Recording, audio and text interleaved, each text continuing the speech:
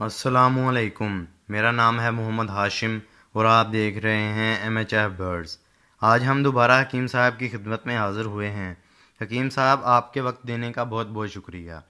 आज की जो हमारी वीडियो का टॉपिक है वो इन चंद बातों को क्लियर कर देना है कि अक्सर जो है शायकीन हजरात वो नज़ला, ज़ुकाम और केरा इन तीनों चीज़ों को मिक्स कर देते हैं, हालांकि ये तीनों बीमारियां अलग अलग हैं। तो हकीम साहब, आप हमें क्लियर कर दें कि नज़ला, ज़ुकाम और केरा इनकी अलामात क्या होती हैं।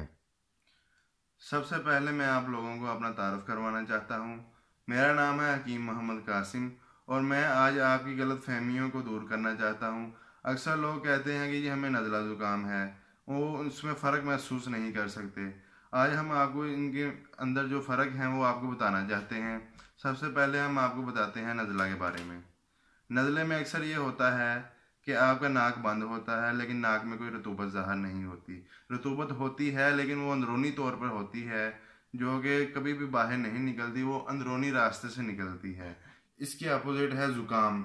ज़ुकाम में ऐसा होता है कि आपका नाक जो है वो बंद होता है लेकिन वो ऊपर वाले हिस्से में कोई आपकी बलगम जो है ज़ाहिर नहीं होती, लेकिन जो है नीचे जो है हल्की हल्की बलगम होती है। वो अक्सर औकात जो है वो रेशे की शक्ल में ज़ाहिर होती है।